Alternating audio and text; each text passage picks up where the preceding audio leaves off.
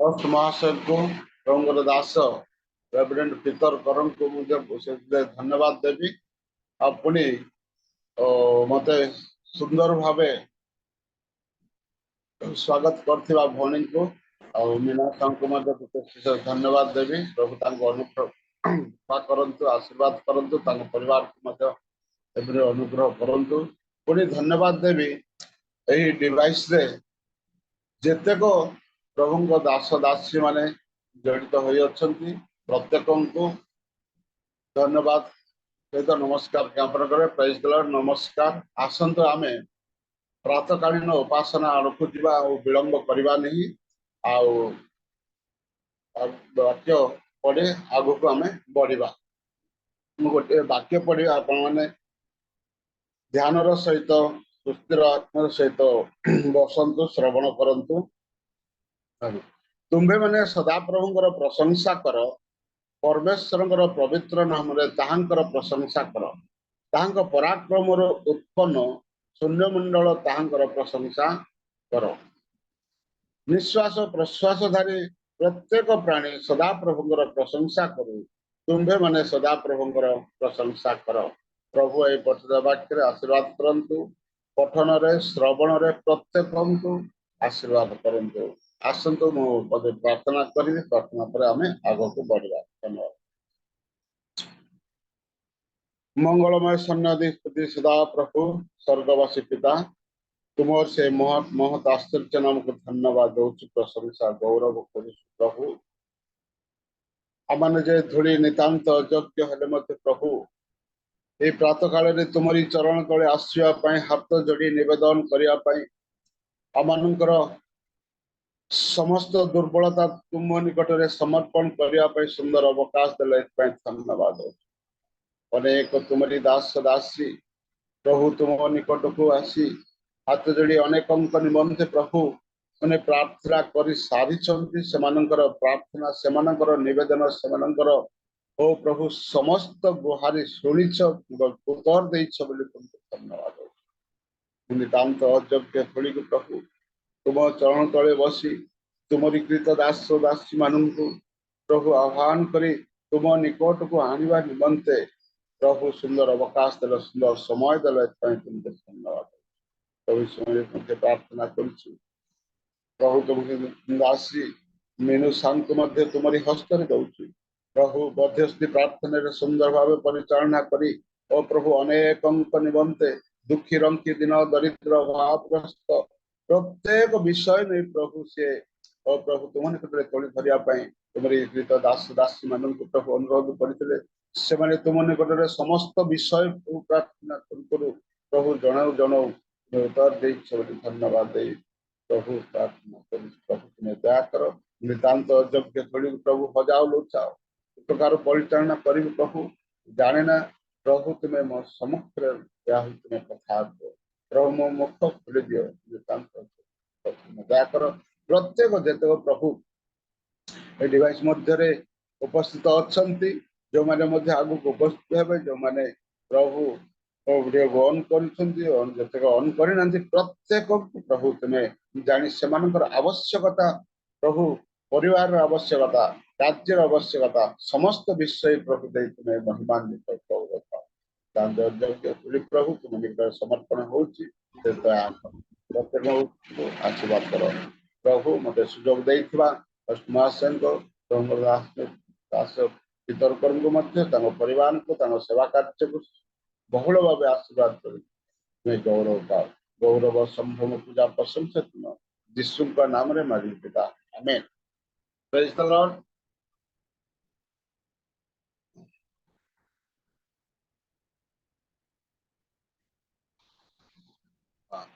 आसंतु धन्यवाद। Praise the lord. हाँ इस समय रे आराधना आड़ को जीवा रंग दास आग को बढ़ा विलंब करवा नहीं आम बहुत वाक्य शुणवार समय रही भाई प्रभुंर दास सुदीप सुदीप सुदीप कुमार नायक प्रभुंर दास सुदीप कुमार नायक भुवनेश्वर जड़ित होती आउ प्रभु यीशु नाम रे स्वागत करे आउ ये गीत गाई आराधना करी आउ समस्त को प्रभु को निकटवर्ती कराइबे आउ मात्र मु अनुरोध करबी क्षमा करिवे भूल बुझिबा नहीं तीनोटी गीत गाई आउ प्रभु निकट को हम समस्त को कड़ाई नेबे और मु एई समय रे आह्वान करे प्रभु दास प्रभु सुदीप्त लिमा सुदीप्त सुदीप कुमार नायक को मु आह्वान करे इस समय रे मुठक आसवे समस्त गीत द्वारा आराधना द्वारा प्रभु निकटवर्ती करे आसंत प्रेज द लॉर्ड आजा प्रेज द लॉर्ड मते सुजोग देथिबारु आपनको धन्यवाद दिए एवं संग संगे रियल मिनिस्ट्री रो समस्त कर्मकर्ता को मते धन्यवाद दिए सीमित समय मध्य रे माने प्रार्थना रे रहिबा एवं अति परिचित गीत गाई प्रभु को गौरव देबा केते प्रेम देई जगत बंचाई आशीष वर्षाई आम पाप पाई कांधे क्रूस बही रकत झराई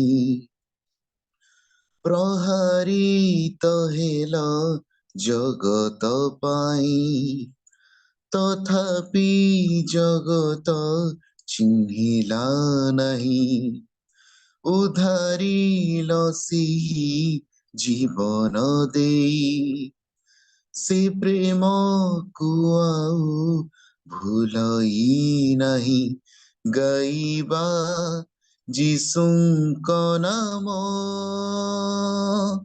चरणी करी प्रणाम जगत मुक्ति राजंकु निज हृदय देई स्थान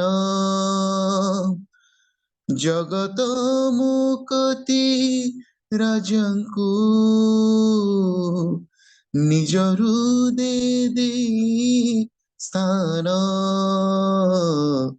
गाइबा जीसुंक नाम चरणी करी प्रणाम कुह काल बरी नीरव न रही क्रूसर कहानी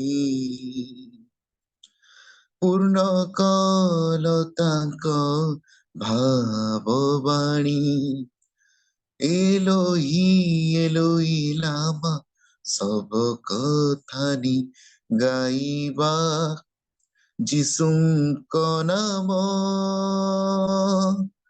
चरणी करी प्रणाम जगत मुक्ति राजंकु निज हृदय देई स्थान जगत मुक्ति राजंकु निज हृदय देई स्थान गाइबा जीसुंक नाम चरणी करी प्रणाम प्रेज द लॉर्ड प्रभु गौरव हो धन्यवाद पिता तुम्हें हमर जगतर मुक्ति दाता उद्धार करता परमेश्वर तुमको मैं गौरव दउछु तुमको प्रशंसा करूछु तुम्हें हमर आराधना ग्रहण कर थैंक यू लॉर्ड जीसस तुझ सा इस जहां में और कोई है नहीं तुझ बिन आसरा मेरा है ना कहीं रहूं तेरी बाहों में प्रियतम मेरे तू ही मेरा सर्वस्व यीशु मेरे अर्पण करता हूँ खुद को हाथों में तेरे धो दे मुझको तू प्रभु वचनों से तेरी इच्छा पर ही तू मुझको चला, भर दे पवित्र आत्मा से मुझको खुदा। आराधना तेरी आराधना, यीशु मेरे तेरी आराधना, आराधना तेरी आराधना, यीशु मेरे तेरी आराधना। चलता मैं रहूं तेरी राहों पर सदा, बन के रहबर मेरा तू चलना संग खुदा। तुझ पर ही बना रहे मेरा भरोसा, तू मेरी चट्टान रहूं तुझ में स्थिर सदा। आराधना तेरी आराधना, यीशु मेरे तेरी आराधना, आराधना तेरी आराधना, यीशु मेरे तेरी आराधना। पिता तुम अनुग्रह करो तुम ठारे स्थिर रहिबा पाई, तुमरी आराधना करुथिबा पाई। तुमे हमर जीवन देखि तुमे गौरवान्वित हो, तुमर मुखर प्रशंसा रे तुमे प्रशंसित हो। Thank you Lord Jesus. आज रो वर्शिप शेष गीत गाय में प्रभु को गौरव देबा। मेरे चेहरे पे तेरी रोशनी चमके, मेरी बातों से तेरी खुशबू महके, मेरा जीवन बने तेरी स्तुति का स्थान। यीशु मेरे तू है बड़ा महान, यीशुआ यीशुआ यीशुआ, मेरे मन में समा जा, मेरा दिल बने तेरा सिंहासन, मेरी आत्मा तेरा सन, मेरे मन में तू हो विराजमान। यीशु मेरे तू है बड़ा महान, यीशुआ यीशुआ यीशुआ, मेरे मन में समा जा, यीशुआ मेरे मन में समा जा। पिता परमेश्वर तुमको प्रभु जीशु को नाम रे धन्यवाद दउछु, तुमको आमे आह्वान करूछु प्रत्येकटी हृदय तुमे आस बापा, आमनकर वर्शिप तुमे ग्रहण करूछु बोली धन्यवाद दउछु। आमनकर बापा हृदय को तुम्हें प्रस्तुत करो, आम मान हृदय तुम्हें विराजमान हो, समस्त वर्शिप तुम्हें गौरव सहित ग्रहण करूछु बोली धन्यवाद। प्रभु जीशु को नाम रे ये वर्शिप को तुम समर्पण करूछि, आमेन।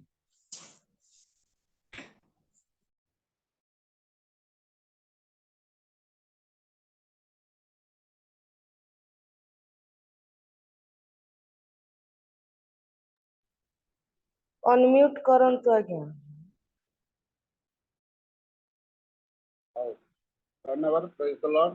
प्रभु दासन विशेष धन्यवाद देवे, सुंदर आराधना करी गीत गाई प्रभु निकट कराइछन्ति, जते प्रभु आमान को एकत्रित कराइछन्ति। प्रत्येक मन आत्मा प्राण संपूर्ण रूप तांको निकट रे समर्पण करी एई समय रे हमें प्रार्थना करे, हमें उपासना आरंभ रे वाक्य आरंभ करवा, वाक्य सुनिबा पय जिवा, प्रभु दास को आह्वान करवा।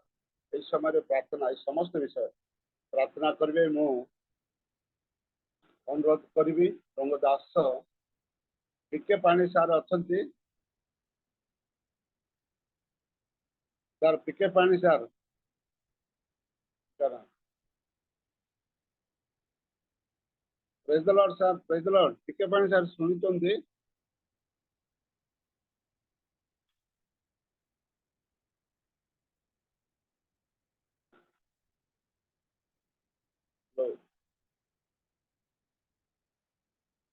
अच्छा पीके पानी सर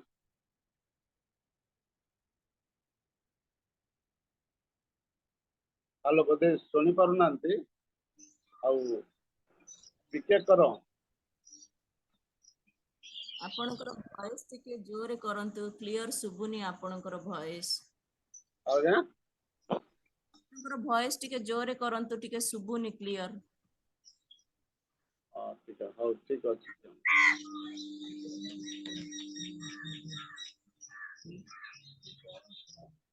हेलो सर पीके पानी सर अच्छा के हेलो आज्ञा प्रेज लॉर्ड हाँ प्रेज द लॉर्ड सर ଆପଣ ଏଇ ସମସ୍ତ ବିଷୟରେ ନେଇ ପ୍ରାର୍ଥନା କରିବେ ଆମଙ୍କର ପ୍ରଥମରେ ଯୋଉ ମିନୁ ଭଉଣୀ ମଧ୍ୟସ୍ଥି ପ୍ରାର୍ଥନାରେ କରେଇ ନେଇଥିଲେ ଆଉ ବର୍ତ୍ତମାନ ଉପାସନା ନିମନ୍ତେ ଆରାଧନା କରିଥିଲେ ଆମମାନଙ୍କର ସୁଦୀପ କୁମାର ନାୟକ ପାଇଁ ଆଉ ସମସ୍ତ ପ୍ରାର୍ଥନାରେ ଜୟ ଧରିବେ ଆମକୁ ଯେଉଁ ବକ୍ତା ଆମମାନଙ୍କ ନିମନ୍ତେ ବାକ୍ୟ ଆଣି ଆସୁଛନ୍ତି ସେ ବାକ୍ୟ ନିମନ୍ତେ ସେ ପ୍ରଭୁଙ୍କ ଦାସଙ୍କ ନିମନ୍ତେ ଆମେ ପ୍ରାର୍ଥନାରେ ତଳି ଧରିବା ତାପରେ ଆମେ ବାକ୍ୟ ଶୁଣିବାକୁ ଯିବା आज्ञा आज्ञा आज्ञा आज्ञा आज्ञा ଧନ୍ୟବାଦ praise the lord sir praise the Lord आपको हमारे प्रार्थना करिबा परम पूज्य महामहिम स्वर्गस्थ पिता तुम्हारी आश्चर्य पवित्र महत नामर कोटि कोटि आमे धन्यवाद करूछु प्रभु आमे धन्यवाद करूछु रात्र समस्त प्रकार अमंगलरू आपद विपद रोग संकट मध्य प्रभु रक्षा कल आउ जीवित मान प्रथम नाम स्थान दे जीवित रखी प्रभु आज सुंदर प्राप्त काल मध्य तुमरी सेवा उपासना करने जो सुंदर अवकाश तुम्हें प्रदान कल एथिपा आमे धन्यवाद करूछु प्रभु आमे धन्यवाद करूछु प्रभु एतले विशेष कर प्रभु बापा जो तुमरी दास प्रभु मध्यस्थ प्रार्थना रे प्रभु अल्प समय प्रभु से कढ़ई नहीं प्रभु आमे धन्यवाद करूछु बापा तुम से दासों प्रभु तुम्हें बोझर सहित सकल विषय रे प्रार्थना रे आगे नेबा पाई तुम्हें साहाय्य कल आउ जो माने मध्य बोझ सहित विश्वस्त भाव रे प्रार्थना करिसंती से समस्त को मत तुम्हें प्रचुर मात्रा रे आशीर्वाद करो आउ जेतिकी विषय नहीं कि प्रभु प्रार्थना करा जायछि से प्रार्थना उपरे मध्य तुम्हारी अनुग्रह तुम दया रख आउ समस्त प्रार्थनार उत्तर दे समस्त जीवन तुम्हारी आशीर्वाद तुम्हारी सफलता तुम्हें दियो प्रभु इस समय विशेष कर आमे प्रार्थना करूछु जो तुम्हारी भौणी प्रभु आ भाई प्रभु आराधना रे हमन अल्प समय लीड कले प्रभु आमे धन्यवाद करूछु से भाई को पाई प्रभु विशेष कर प्रभु से भाई को तुम्हें आशीर्वाद कर मंगल कर कृपा कर नायक भाई को तुम हस्त में समर्पण करुच्ची अति सुंदर सुंदर हृदय स्पर्शी गीत गुड़ाक गाई प्रभु आम को तुम से पवित्र गभीर उपस्थिति को से कढ़ई नहीं प्रभु तांको पाए आमे धन्यवाद करूछु ताको परिवार पाए आमे धन्यवाद करूछु आहुरी प्रभु प्रभु हृदय पूर्णतारे अभिषेक सहित प्रभु आहुरी अनेक बापा हृदय स्पर्श गीत गुड़ाक गाई अनेक को तुमरी से गभीर उपस्थिति कढ़ई ने से प्रकार तुम्हें अनुग्रह तुम्हें दियो से भाई को तुम्हें प्रचुर आशीर्वाद अनुग्रह दे एक प्रकार ऑफलाइन ऑनलाइन तुम्हें व्यवहार करो प्रभु इस समय आमे धन्यवाद करूछु प्रभु विशेष कर प्रभु प्रियतम दास आओ परीक्षा महाशय को तुम पवित्र हस्त तले मु समर्पण करुछि प्रभु आज तुम ये प्राप्त काल मध्य तुमरी वाक्य को बापा बांटिबा पाई तुम वाक्य को परिवेषण करबा पाई तुम वाक्य को उपस्थापन करबा पाई तुमे आज ताको तुमे मनोनीत करिछ आज तुमे ताको तुमे बाछिछ आज तुमे ताको चयन करिछ प्रभु आज ताको मुख को तुमे संपूर्ण प्रभु पवित्र कर ताकर समस्त विषय को तुम्हें बापा अभिषेक कर आउ ताको अल्प समय तुम्हें गुप्त कर बोली हम प्रार्थना करूछु जो सकल वाक्य नहीं कि प्रभु से तुमरी बापा वेदी निकट को से आसीबे प्रभु ताको तुम्हें संपूर्णतार अपार तलिपा मस्तक जाए पवित्रात्मा अभिषेक तुम्हें दियो आउ तुम्हें कथा को बोली हम प्रार्थना करूछु बापा प्रभु ताको मुख दे तुम्हें स्पर्श कर बापा आउ प्रभु समस्त बापा जहाँकि नुआ नुआ विषय गुड़क परिप्रकाश करी प्रभु आहुरी आमानकर असजड़ा जीवन को भंगा हृदय को आहुरी सजाड़िबा पाई प्रस्तुति करिबा पई तमे साहाय्य कर प्रभु बाबा सेई वाक्य सुनी हमर व्यक्तिगत पारिवारिक मानविक जीवन यात्रा रे ताहा जेपरे व्यवहार करि पारिबु से प्रकार तमे अनुग्रह तमा दियो विशेष कर प्रभु प्रिय भाई आउ तुम दास परीक्षा आज्ञा को तुम हस्त दौची ताको तमे संपूर्ण प्रभु तमे अभिषेक कर आउ ताको तमे संपूर्ण प्रभु तमे दया कर अनुग्रह कर जेतिके समय प्रभु तुमरी से वाक्य परिवेशन करिया पई से ठिया हेबे ताको तमे संपूर्ण प्रभु नियंत्रण कर अभिषेक कर ताको सकल मुखर वाक्य जे प्रकार आम समस्त हृदय को स्पर्श करिवो आघात करिवो आ हमर व्यक्तिगत जीवन रे ताहा जे प्रकार व्यवहार करी बाबा आमे संपूर्ण प्रस्तुत ही पारिबो अंतिम समय से प्रकार तमे दया कर प्रभु ए समय विशेष कर प्रियतम दास प्रभु पाल आज्ञा प्रभु आज उपासना को परिचालना करे जो बाहर बहन करिसंती तम दास को तुम आशीर्वाद कर मंगल कर दया कर बापा आज उपासनार प्रारंभ ठारू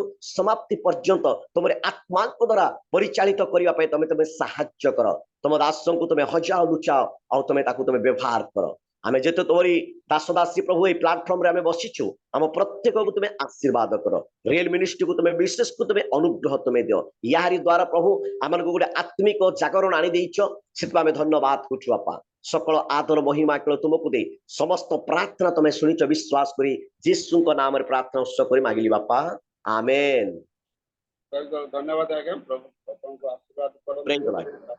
करନ୍ତୁ आशीर्वाद आपनकर सेवा कार्य समस्त कर्म रे प्रभु आशीर्वाद करନ୍ତୁ सुंदर भाबे बोझर सहित प्रार्थना पढ़ाई नहीं प्रभु अनुग्रह करନ୍ତୁ अपन परिवार को सेवा कार्य समस्त विषय में आशीर्वाद करନ୍ତୁ आसंत इस समय रे थैंक यू सर हेलो सुबुचिता सर प्रेज द लॉर्ड वर्तमान प्रभु दासन को मु आह्वान करे तांको विषय मु अधिक किछि कहबा को जाउ नाही आ से तो आपण मानकर सुपरिचय व्यक्ति अटंती मैं प्रत्येक जानू सुपरिचय व्यक्ति अटंती एथि पई अनेक विषय तांको विषय रे मु वर्णना करी कहबा को चाहेनी प्रभु हमको आशीर्वाद करନ୍ତୁ और वक्ता महाशय को आह्वान करबा पूर्व वाक्य पढ़ा को मु चाहे आपण माने निरवता रक्षा करी तके सुनिबा को कहला दूषित प्राण को शीतल जल जेरूप दूषित प्राण को शीतल जल जेरूप दूर देशरु सुसमाचार सेरूप दूर देशरु सुसमाचार सेरूप दूषित प्राण को शीतल जल जेरूप दूर देशरु सुसमाचार सेरूप प्रभु ए पत्र वाक्य समस्त आशीर्वाद करंतु प्रभु अनुग्रह करंतु आसंत इस समय प्रभुर दासन को यीशु ख्रीष्ट मधुमय नाम रे आह्वान करे यही नोंती रेवरेंट विहित कुमार परीक्षा प्रभुर दास मध्य सम्मुख को आसबे स्वर्गीय शीतल जल दूषित लोक मान परिवेषण करेंगे आसले इस समय आह्वान करुच्ची प्रत्येक डिवाइस ऑन कर वीडियो ऑन कर प्रभु दास को आह्वान करवा करताल दे प्रभु गौरव निमंत आह्वान करवा विहित कुमार परीक्षा को इस समय प्रभु दास से वाक्य आम निमंत परिवेषण करेंगे धन्यवाद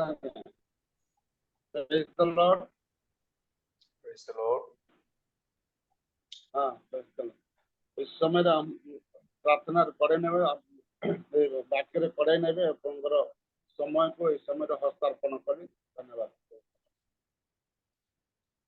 धन्यवाद प्रभु को नाम गौरव हो प्रभु आम को अनुग्रह करे प्रभात समय निकटवर्ती होगा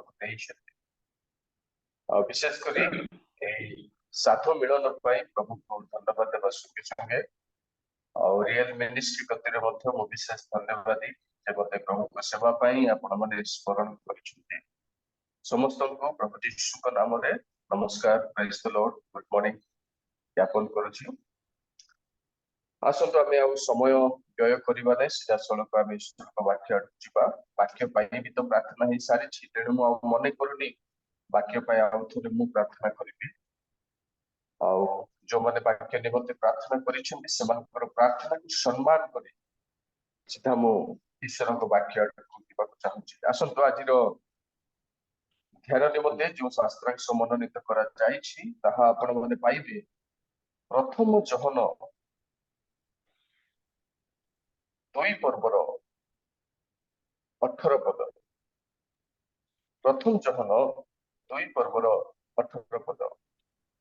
ସେଠାରେ ପରି ଲେଖା ଅଛି। ହଁ, ପଢନ୍ତୁ। ହେ ବତ୍ସ୍ୟଗଣ, ଶେଷ କାଳ ଉପସ୍ଥିତ, ପୁଣି ଖ୍ରୀଷ୍ଟାରୀ ଆସିବ ବୋଲି ତୁମେମାନେ ଯେପରି ଶୁଣିଥିଲ, ସେହିପରି ଏବେ ମଧ୍ୟ ଅନେକ ଖ୍ରୀଷ୍ଟାରୀ ଉଠିଲେଣି। ଏତେ ଦ୍ୱାରା ଆମ୍ଭେମାନେ ଜାଣୁଅଛୁ ଯେ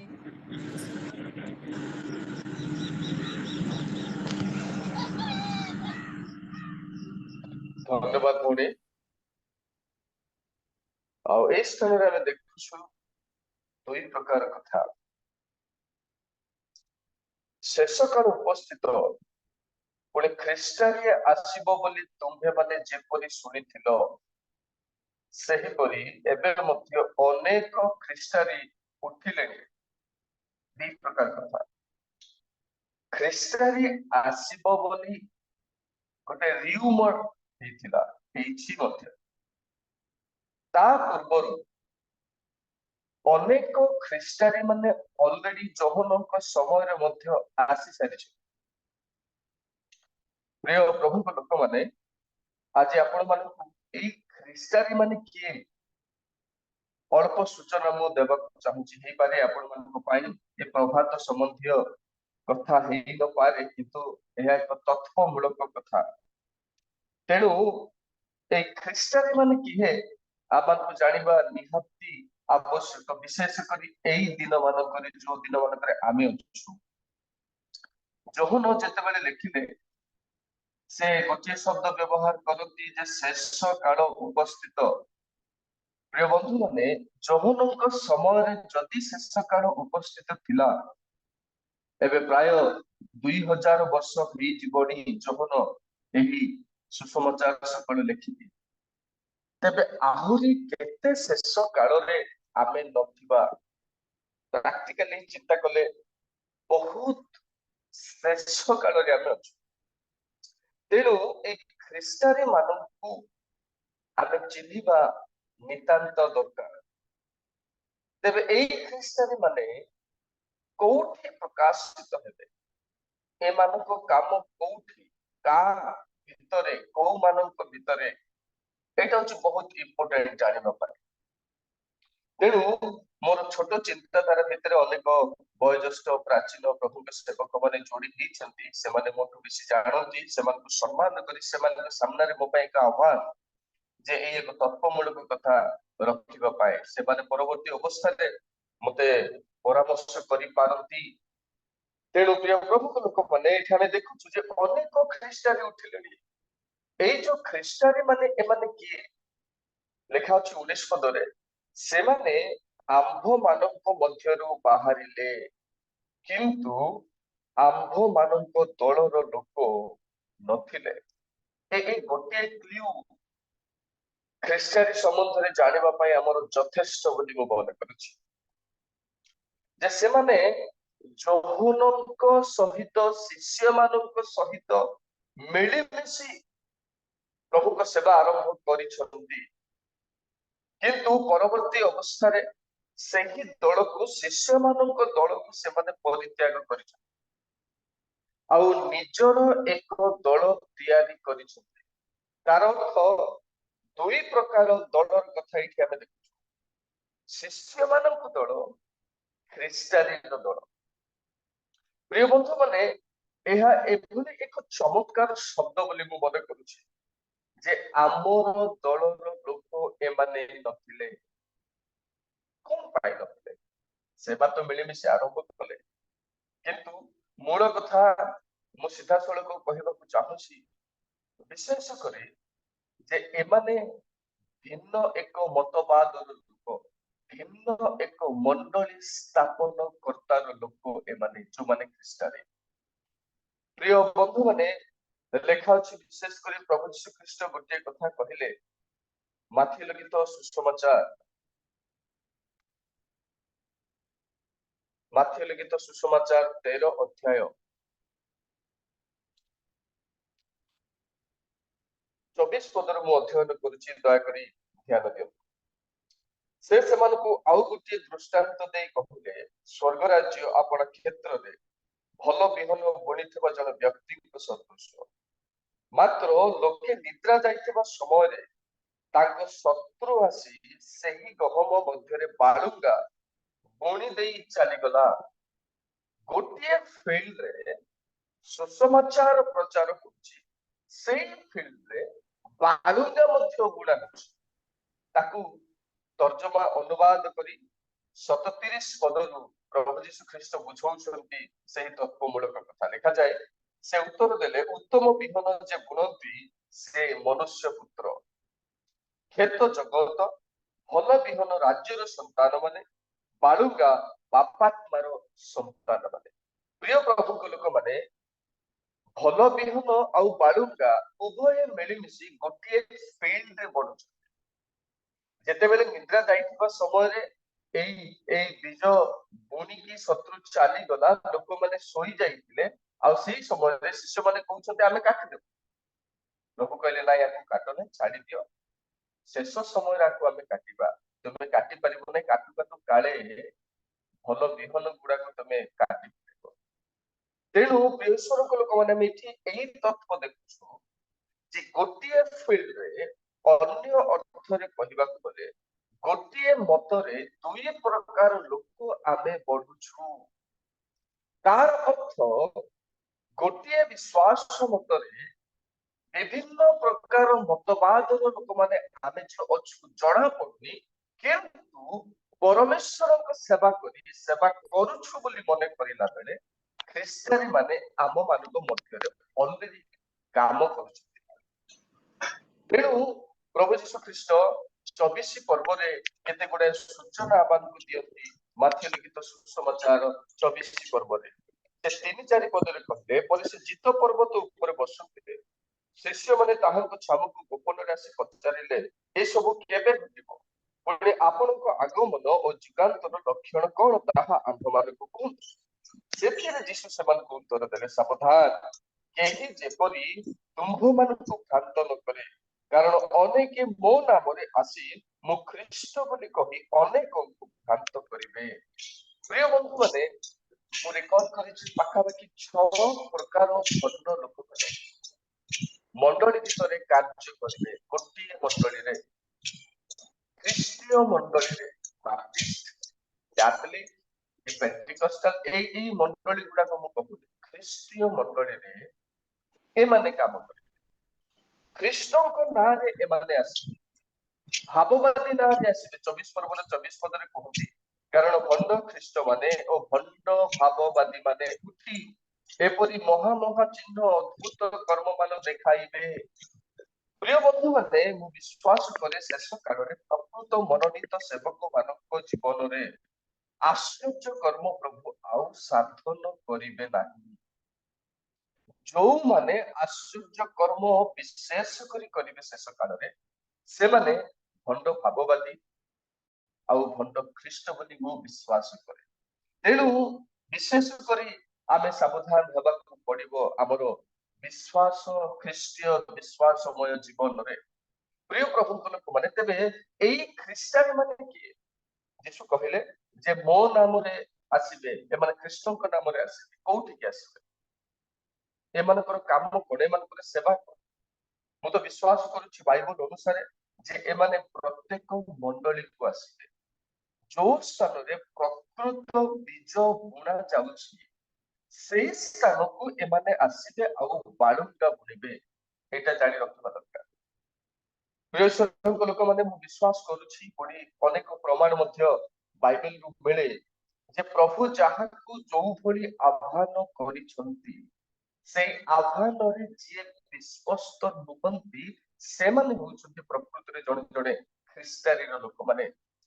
ଯାହାକୁ ପ୍ରଭୁ ଯୋଉ କାର୍ଯ୍ୟ କରିବା ପାଇଁ ଦାୟିତ୍ୱ, ରେସ୍ପନ୍ସିବିଲିଟି ନିଯୁକ୍ତ କରିଛନ୍ତି, ପ୍ରଦାନ କରିଛନ୍ତି, ସିଏ ଯଦି ସେହି କାମ ନ କରି ପ୍ରଭୁଙ୍କ ନାଁରେ ଭିନ୍ନ କାମ କରୁଛି, ତେବେ ସିଏ ହିଁ ମୂଳ ଭାବରେ ଜଣେ ଖ୍ରୀଷ୍ଟିଆନ। ତେଣୁ ମନେ ରଖିବା ଦରକାର, ପ୍ରିୟ ଈଶ୍ୱରଙ୍କ ଲୋକମାନେ, ପ୍ରକାଶିତ ବାକ୍ୟ 17 ପର୍ବର 13-14 ପଦ ମୁଁ ଅଧ୍ୟୟନ କରୁଛି। ସେଠି କେତେ କଥା ପ୍ରଭୁ ଆମମାନଙ୍କୁ ପ୍ରକାଶ କରନ୍ତି। 13 ପଦରେ ଲେଖାଯାଏ, ସେମାନେ ଏକମନା ଆଉ ସେମାନେ ସେହି ପଶୁକୁ ଆପଣା ମାନଙ୍କର ଶକ୍ତି ଓ କ୍ଷମତା ଦେବେ। 14 ପଦ, ସେମାନେ ମେଷ ଶାବକଙ୍କ ସହିତ ଯୁଦ୍ଧ କରିବେ ଆଉ ମେଷ ଶାବକ ସେମାନଙ୍କୁ ଜୟ କରିବେ, କାରଣ ସେ ପ୍ରଭୁ ମାନଙ୍କର ପ୍ରଭୁ ଓ ରାଜା ମାନଙ୍କର ରାଜା। ପୁଣି ଯେଉଁମାନେ ଏଇଟା ଟିକେ ଆମେ ସମସ୍ତେ ଧ୍ୟାନ କରିବା, ପୁଣି ଯେଉଁମାନେ ତାହାଙ୍କ ସହିତ ଅଛନ୍ତି ସେହି 1 ନମ୍ବର ଆହୁତ, 2 ନମ୍ବର ମନୋନୀତ ଓ 3 ନମ୍ବର ବିଶ୍ୱସ୍ତ ଲୋକମାନେ ମଧ୍ୟ ଜୟ କରିବେ। Praise the Lord. Hallelujah.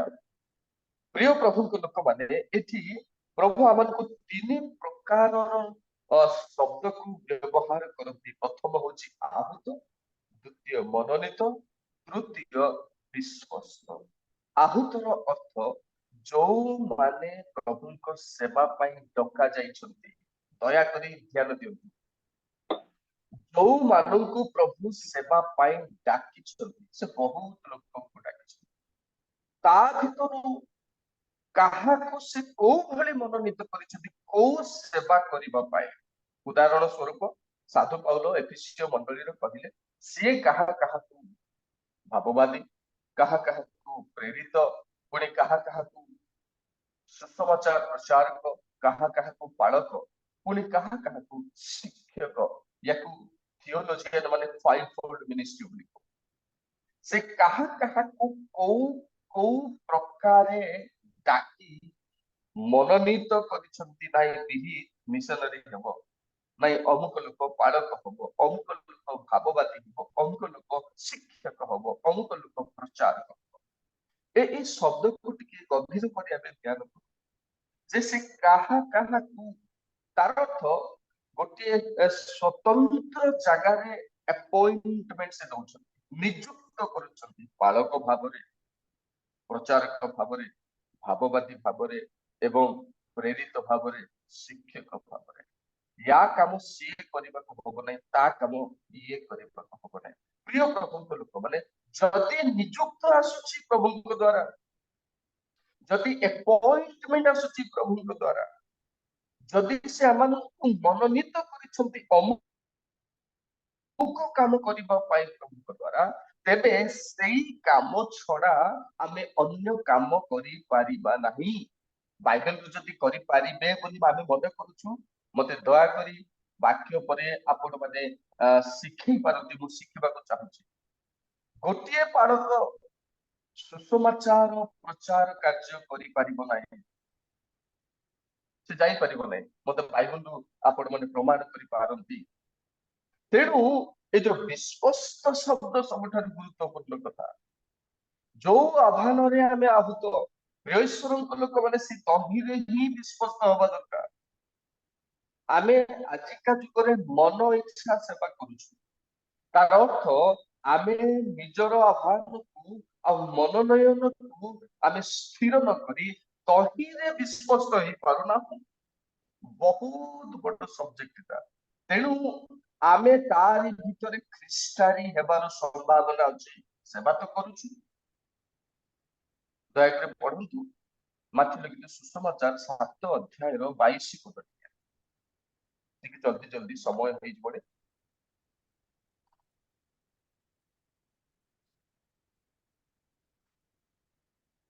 କିଏ ବାହାର କରିଛନ୍ତି କି?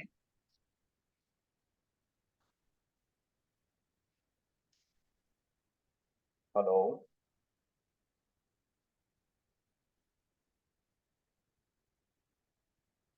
ସେଦିନ ଅନେକ ମତେ କହିବେ, ହେ ପ୍ରଭୁ ଆମେ ମାନେ କି ତୁମ୍ଭ ନାମରେ ଭାବବାଣୀ କହିଲୁ ନାହିଁ, ପୁଣି ତୁମ୍ଭ ନାମରେ କି ଭୂତ ମାନଙ୍କୁ ଛଡାଇଲୁ ନାହିଁ, ଆଉ ତୁମ୍ଭ ନାମରେ କି ଅନେକ ଶକ୍ତିର କାର୍ଯ୍ୟ କଲୁ ନାହିଁ।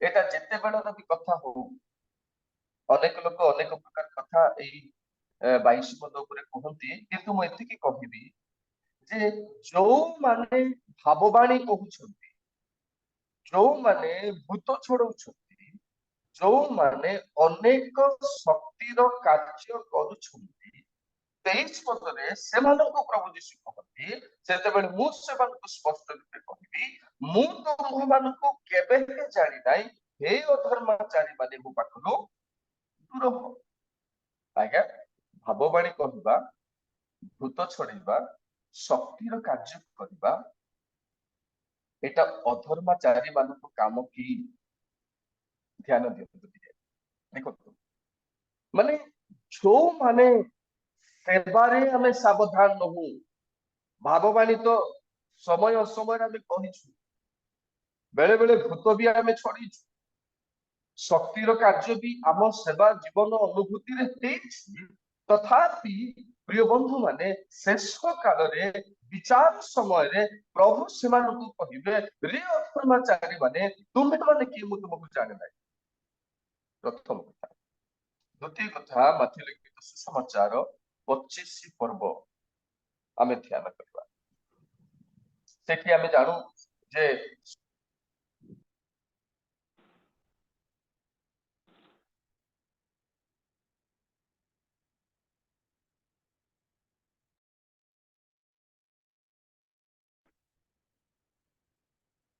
हेलो सुबह जाउछि के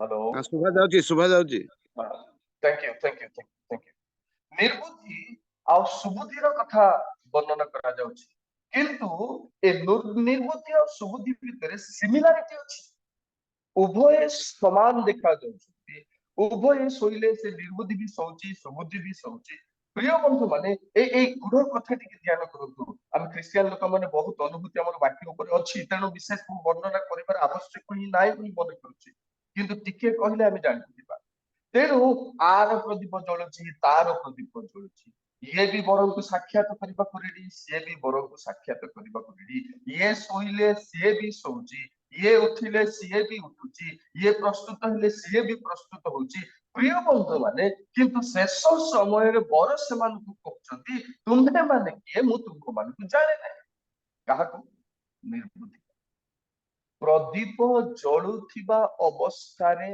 प्रभु कहउछंती तुम मानकु मु जाने नाही ताठु बड़ चिंतार कथा परितापर कथा आउ कोन हे पारे जो माने प्रभुଙ୍କ द्वारा बछा जाइछु बोली मने करूछु आ सेवा करूछु ईश्वरଙ୍କର अधिकार बाहरे नियुक्त बाहरे मने रखिबा दरकार सेही मानकर सेवा शेष बेले फेलियर हेबार संभावना अछि आज मन इच्छा में जाउछु मन इच्छा सेवा करूछु प्रिय ईश्वर लोक माने आजिका मंडली रे बाहर जो माने आसी सेवा करूछंती बाहर जो माने आसी बक्ता भाव रे सेवा करूछंती बाइबल स्पष्ट भाव रे निगुणत्व भाव रे प्रकाश करे सेही भली मन इच्छा जाई सेवा करि पारिबे नाही उदाहरण स्वरूप आपण गोटिए मंडली रे पालक भाव रे नियुक्त पाइछि उदाहरण स्वरूप भ्रमरपुर मंडली रे पालक भाव रे नियुक्त पाइछि तेबे भ्रमरपुर मंडलीर पालक थाउ थाउ नुआगढ़ मंडलीर पालक जाई भ्रमरपुर मंडलीर पालकीय सेवा कार्य करि पारिबो कि बहुत गभीर करी दया करी चिंता करो से गोटिए सम्मेलन पालक गोटिए जातिर पालक पालक गोटिए मंडली रे थाउनु आउ गोटिए पड़ोसी ग्रामर पालक आसी पालकीय सेवा कार्य करि पारिबो नाही काहे जेहेतु नियुक्त नुआगढ़ मंडली पालक को नुआगढ़ मंडली दिया जाइछि भ्रमरपुर मंडली पालक को भ्रमरपुर मंडली दिया जाइछि तेणु जो जगह रे जे नियुक्त सेही जगह रे विश्वस्त होबा दरकार आश्चर्य कर्म आम जीवन रे होछि आमे प्रचार करूछु सेवा करूछु आत्मा लाभ करूछु बोली मन करूछु भाववाणी कहूछु आश्चर्य कर्म करूछु आमर प्रार्थना रे भूत मध्य पड़े जाउछि नो प्रॉब्लम ठीक अछि आमे खुशी हे जाउ सेति बाते किंतु मन रखिबा दरकार शेष काल रे सेवा को कहबे मु तुम मान को जाने नै प्रिय बंधु माने मु तो कहिबी ए माने होछंती प्रकृति रे सेही ख्रिस्तानी माने आम मंडली रे अधिकार नियुक्त बाहरे जो माने काम करନ୍ତି साधु पाउलो गोटे कथा कहते द्वितीय करंथियो 11 पर्वरे ध्यान दियंतु आमे आ गोटे 10-15 मिनिट रे आमे सारिबा द्वितीय करंथियो 11 पर्वर 11 पदर मु पढुची दया करी ध्यान दियंतु मु तुम्भ मानको प्रेम करूनथिबारु ईश्वर जान 12 पद किंतु दर्पर विषय आंभ मानक परि देखा जिबा निमंते जो माने सुजोग अन्वेषण करती मु जेपरि सेमानक सुजोग न दिए एथि निमंते मु जहा करूअछि ताहा करूतिबि 13 पद कारण एही परि लोके भंड प्रेरित ओ सठ कार्यकारी से माने ख्रीष्टक प्रेरित मानक बेश धारण करती प्रिय बंधु माने जो माने प्रेरित से माने ही गोटे मंडली को ईश्वर वाक्य नहीं विजित करि परबे गोटे पालक आउ गोटे मंडली को जाई पारिबो नाही किंतु आज का डेट रे गोटे पालक मुख्य वक्ता ही जाउची जो मंडली रे प्रभु ताको नियुक्त करिसथि सेही मंडली रे नियुक्त दैथिबा प्रभु कठारे अविश्वस्त ही निजर दायित्व छाड़ी पदार्थ देई सेवा करूची बोली भाबुची किंतु मन रखिबा दरकार से होची ख्रीष्ट एटा गोटे बड़ कथा मु कहि दउची बोली भाबिबे केमती चार द्वार प्रमाण करिबा माथि लिखित सुसमाचार 18 अध्याय 12 पद प्रमाण तो हमको दरकार ना प्रमाण बिना तो किसी कही हेबो नहीं किसी बुझी हेबो नहीं माथि लिखित सुसमाचार 18 पर्वर 12 पद देखा अछि तुम्हे माने कोन मन करो कौन से लोकर जदि 100 मेंढा थाए आउ सेमानक मध्यरु गोटिए बड़ा होई जाए तेबे कोन अनेस्पत को पर्वत रे छाड़ी से जाई सेही बड़ा होइतेबा मेंढाटी खोजे नाही प्रश्न चिन्ह अछि प्रिय बंधु माने जे जणको उदाहरण भाव रे प्रभु कहउछंती जणकर 100 मेंढा को आमे दायित्व दीछु 100 मेंढार तत्वावधान से करबा को पड़िबो सेही 100 मेंढा भितरु गोटिए मेंढा जदि हजि जाए से हजि जाइतबा मेंढा को खोजबा को जीव छै ना भेले मंडली रे थिबा मेंढा पाकु जीव नाही तत्व देखंतु ईश्वर को वाक्य मते जदि गोटिए गाँर पालकीय सेवा पाई प्रभु देइछन्ती गोटिए मंडली रो पालक सेवा पाई देइछन्ती जदि 100टा पल सेही मंडली रो अछन्ती तार तत्वावधान करिबा पाई ताकु चरैबा पाई प्रभु मते नियुक्त देइछि आ सेही 100 मेंढा भितरु सेही गोटिए मंडली भितरु जो मेंढा हजि जाउछि मु ताकु खोजबी मद पी किसी चर्च आसु नै कि भिन्न गाँ को पळै जाउछि भिन्न मंडली को पळै जाउछि भिन्न विश्वास मत मंडली लोक हेई जाइछि कि आउ कोन हेई जाइछि मु ताकु खोजी आनि कि 100 भितरे इंक्लूड करबी एक्सक्लूड करबी नै तेणु अनेक सेवक आमे अछु निज दायित्व बाहर प्रभु को सेवा करूछु बोली मन रखछु आ गोटे छोटिया कथा किंतु अति गुरुत्वपूर्ण उदाहरण आपन देबे अनेक मंडली अनेक संस्था मिशन गुडाक मिशनरी मान पठाउछ हेले मिशनरी माने जाउछन्ती सुसमाचार प्रचार करिबा पाई प्रचारक भाव रे इभांजेलिस्ट भाव रे जेतेबेले से माने प्रचार करूछन्ती आत्मा लाभ कले आत्मा जेतेबेले बढ़ुछि निजे पाळक होई जाउछ एटा बाइबल अनुसार जुक्ति युक्त की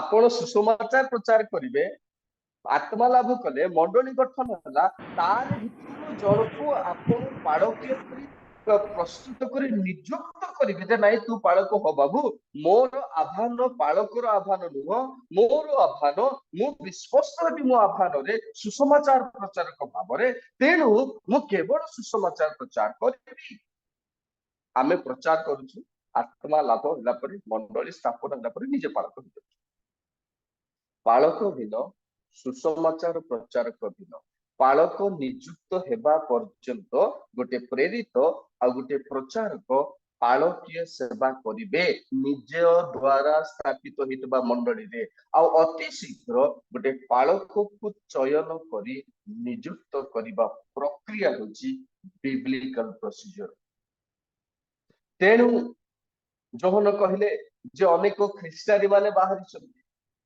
ଯୋଉମାନେ ସିଷ୍ଟମ ଭିତରେ ରହିବେ ନାହିଁ, ନିଜ ଇଚ୍ଛାରେ କରିବେ, ନା ଏଟା ବି ଆମେ କରିବୁ ସେଟା ବି କରିବୁ, ଏଇଟା ବି କରିପାରିବୁ ସେଟା ବି କରିପାରିବୁ। ମନେ ରଖିଥାନ୍ତୁ, ଯୋଉମାନେ ଆଜି ମଣ୍ଡଳୀରେ ଆମେ ବଡ, ଅଞ୍ଚଳରେ ବଡ, ସେଇ ବଡ ବଡ ଲୋକମାନେ ଏଇ ଆହ୍ୱାନରେ ବିଶ୍ୱାସ ହେବାରେ ଆଜି ଆମେ ବିଫଳ ହେଇଛୁ, କିନ୍ତୁ ବଡ ଲୋକ ହେଇଛୁ, ନା ଅଛି ସେବା କରୁଛୁ, ବିଖ୍ୟାତ ପ୍ରଚାର କରୁଛୁ, କିନ୍ତୁ ପ୍ରଭୁ ଦେଇଥିବା ମଣ୍ଡଳୀରେ ବିଶ୍ୱସ୍ତ ନହୁ। ତେଣୁ ଆମେ କଣ ସେଇ ଖ୍ରୀଷ୍ଟାନୀ ନହୁ କି ଯୋଉ ମନୋନୀତ ଦଳରେ ଆମେ ରହିବା କଥା, ଯୋଉମାନେ ଆଉ ନିଯୁକ୍ତ ପାଇଛନ୍ତି ସେବା ସ୍ୱତନ୍ତ୍ର ଭାବେ କରିବା ପାଇଁ, ସେହି ଦଳରେ ଆମେ ସେମାନଙ୍କର ବିଶ୍ୱାସ ମତରେ ନ ରହି ନିଜ ଇଚ୍ଛାରେ ଯୋଉ କରୁଛୁ, ଏଇଟା ହଉଛି ଖ୍ରୀଷ୍ଟାନୀର ଆତ୍ମା। ତେଣୁ ପ୍ରକାଶିତ ବାକ୍ୟ 6 ପର୍ବର 1-2 ପଦରେ ଗୋଟିଏ କଥା ବର୍ଣ୍ଣନା ଅଛି। ଅନେକ ଲୋକ ତାକୁ ସୁସମାଚାର ବୋଲି କହନ୍ତି, ଅନେକ ବାଇବଲ ତତ୍ତ୍ୱବିତ ମାନେ ଆଉ ତାକୁ ଯୀଶୁ ଖ୍ରୀଷ୍ଟ ବୋଲି କହନ୍ତି, ଆଉ କେତେକ ବାଇବଲ ତତ୍ତ୍ୱବିତ ମାନେ ତାକୁ ଆଣ୍ଟି କ୍ରାଇଷ୍ଟ ବୋଲି କହନ୍ତି। ପ୍ରିୟ ବନ୍ଧୁ ମାନେ, ଆଣ୍ଟି କ୍ରାଇଷ୍ଟ ଏବେ ପର୍ଯ୍ୟନ୍ତ ପ୍ରକାଶିତ ହେଇନାହିଁ, ହେବାକୁ ଯାଉଛି। ତା ଭିତରୁ ଅନେକ ଯୋଉ ଆଣ୍ଟି କ୍ରାଇଷ୍ଟ ଖ୍ରୀଷ୍ଟାନୀ ମାନେ ବାହାରିଛନ୍ତି, ସେଇ ଆତ୍ମା ପ୍ରକାଶିତ ବାକ୍ୟ 6 ପର୍ବର 2 ପଦରେ ବାହାରିଛି, ଯୋଉମାନଙ୍କୁ ସେ ଡିସିଭ୍ କରିବ, ଭ୍ରାନ୍ତ କରିବ, ମଣ୍ଡଳୀ ମାନଙ୍କୁ ଭ୍ରାନ୍ତ କରିବ, ସବୁ ସେବା କରୁଛି ବୋଲି ମନେ କରିବ। ଉଦାହରଣ ସ୍ୱରୂପ କହିବି, ଜଣେ ଯଦି କଟକର ସ୍ପେସିଫିକାଲି ଗୋଟେ ସାହିର ସ୍କୁଲରେ ଟିଚରସିପ ପାଇଁ ନିଯୁକ୍ତ ହେଇଛି, ଶିକ୍ଷକ ଦାୟିତ୍ୱରେ ନିଯୁକ୍ତ ହେଇଛି, ସେ ଆଉ ଗୋଟେ ସାହିର ଆଉ ଗୋଟେ ସ୍କୁଲକୁ ଯାଇ ଶିକ୍ଷକତା କରିପାରିବ ନାହିଁ। ଏଇଟା ହଉଛି ଅଧିକାର ବାହାରେ। ଯାହାକୁ ଯୋଉଠି ଆପଏଣ୍ଟମେଣ୍ଟ ଦିଆଯାଇଛି, ଏତେ ଇମ୍ପୋର୍ଟାଣ୍ଟ ଏଟା। ପ୍ରିୟ ପ୍ରଭୁଙ୍କ ଲୋକମାନେ, ସକାଳୁ ମନେ ରଖିବା ଦରକାର ଯେ ଆଉ ବହୁତ ଗୁରୁତ୍ୱପୂର୍ଣ୍ଣ ସେବାରେ ଆମେ ଅଛୁ, ସ୍ୱର୍ଗୀୟ ସେବାରେ ଅଛୁ, ଯୋଉ ଆହ୍ୱାନରେ ଆମକୁ ସେ ଆଉ ଆହୁତ କରିଛନ୍ତି, ତାହେଲେ ବିଶ୍ୱସ୍ତ ହେବା ସେବାରେ ଆମେ ଅଛୁ, ଯାହା ଆମକୁ ଦିନେ ପୁରସ୍କାର ଦେବ ଏବଂ ଯାହା ଆମକୁ ସ୍ୱର୍ଗ ରାଜ୍ୟ ନେବ। ଏଟା ଖେଳନା ବୋଲି ଆମେ ମନେ କରୁଛୁ। ଆଜି ମନ ଇଚ୍ଛା ଯିଏ ମଧ୍ୟ ପ୍ରଚାର କରୁଛୁ, ମନ ଇଚ୍ଛା ଯିଏ ବି ବେଦୀ ଚଳୁଛୁ। ପ୍ରିୟ ବନ୍ଧୁ ମାନେ, ବେଦୀରେ ଅନେକ ଲୋକ ରହିବା କଥା ନାହିଁ। ଆମର ସମ୍ମିଳନୀର ସଭା ମାନଙ୍କୁ ଦେଖିବେ ବୋଲେ ମନ୍ଦା ମନ୍ଦା ଲୋକମାନେ ରହୁଛନ୍ତି। ଅଭିଷିକ୍ତ ଲୋକମାନଙ୍କ ଛଡା ବେଦୀକୁ କେହି ଯିବା କଥା ନାହିଁ। ସେ ପଲିଟିସିଆନକୁ ମଧ୍ୟ ଆମେ ଡାକିକି ବସେଇବୁ, ସେ ସାଲୁ ଦେବା ଲୋକକୁ ବି ଡାକିକି ବସେଇବୁ, ସେ ଅମୁକ ଲୋକକୁ ବି ଡାକିକି ବସେଇବୁ। ବେଦୀକୁ ଆମେ କଳୁଷିତ କରି ପକେଇଛୁ, ଆମେ କରୁଛୁ, ଦାୟୀ ଆମେ ସେଥିପାଇଁ, ଆମେ ପ୍ରତିରୋଧ କରିପାରିବୁ। ପ୍ରିୟ ପ୍ରଭୁଙ୍କ ଲୋକମାନେ, ଯେତେବେଳେ ଆମ ପରି ଛୋଟ ଲୋକମାନେ ଦେଖୁଛୁ ବଡ ଲୋକମାନଙ୍କର କାମ ଯେ ଲାଇନରୁ ଭଟକି ଯାଉଛି, ଆମେ ସାବଧାନ ହେବାକୁ ପଡିବ ଦେଖିବା ଲୋକମାନେ। ତେଣୁ ଏଇ କଥା କହିବି ଯେ ଅନେକ ଖ୍ରୀଷ୍ଟିଆନୀ ମାନେ ବାହାରିଛନ୍ତି। ପାଉଲ କହିଲେ, ମୁଁ ସେମାନଙ୍କୁ ସୁଯୋଗ ଦେବି ନାହିଁ, ସେମାନେ ପ୍ରେରିତ ହୋଇ ମଣ୍ଡଳୀକୁ ଆସନ୍ତି, ଆମ ପରି ବେଶ ଧାରଣ କରିବା ପାଇଁ ଚେଷ୍ଟା କରନ୍ତି, ସେମାନେ ଭଣ୍ଡ ପ୍ରେରିତ, ସେମାନେ ଶଠ ଲୋକମାନେ।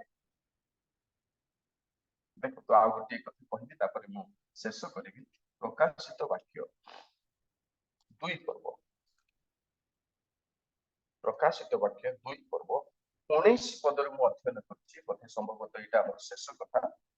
ଆଉ ସେଠି ଲେଖା ଅଛି, ଆମ୍ଭେ ତୁମ୍ଭର କର୍ମ, ପ୍ରେମ, ବିଶ୍ୱାସ, ସେବା ଓ ଧୈର୍ଯ୍ୟ ଜାଣୁ, ପୁଣି ତୁମ୍ଭର ବର୍ତ୍ତମାନ କର୍ମ, ତୁମ୍ଭର ପୂର୍ବ କର୍ମ ଗୁଡିକ ଅପେକ୍ଷା ଯେ ଅଧିକ, ଏହା ମଧ୍ୟ ଜାଣୁ।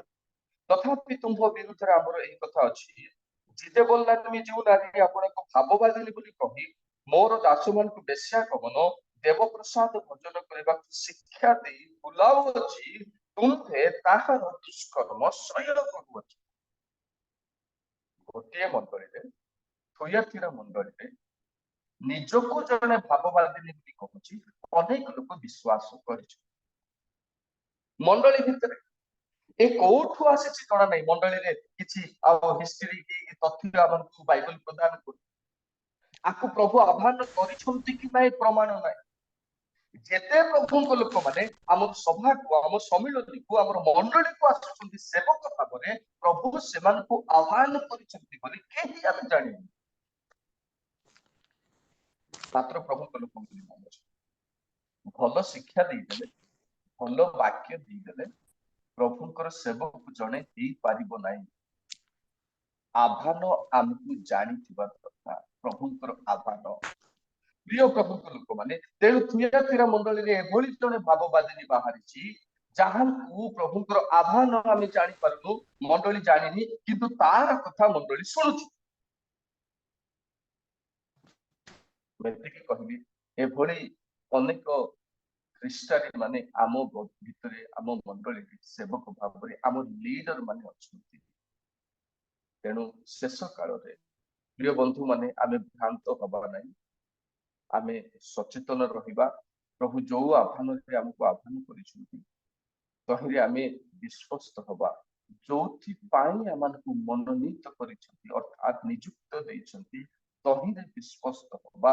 ତେବେ ଶେଷ କାଳରେ ପ୍ରଭୁ ଆମମାନଙ୍କୁ ତାଙ୍କ ରାଜ୍ୟରେ ଗ୍ରହଣ କରିବେ। ନଚେତ୍ ପ୍ରିୟ ବନ୍ଧୁ ମାନେ, ଏ ଯେତିକି ସେବା ଆମେ କରୁଛୁ ସବୁ ଫେଲିୟର, କିଛି ଭୁଲ ବୁଝନ୍ତୁ ନାହିଁ, ସବୁ ବିଫଳ ହେଇଯିବାର ସମ୍ଭାବନା ଅଛି। ହବ ବୋଲି କହୁନି, ହେବାର ସମ୍ଭାବନା। ତେଣୁ ଆସନ୍ତୁ ଏ ଶେଷ କାଳରେ ଯୌବନଙ୍କ ପରି ଆମ୍ଭମାନଙ୍କ ଦଳର ଲୋକମାନେ ସେମାନେ ନୁହନ୍ତି। ପ୍ରିୟ ବନ୍ଧୁ ମାନେ, ଆମ ଈଶ୍ୱରଙ୍କ ମନୋନୀତ ଲୋକମାନଙ୍କର ଦଳର ଲୋକ ହେବା ପାଇଁ ଚେଷ୍ଟା କରିବା।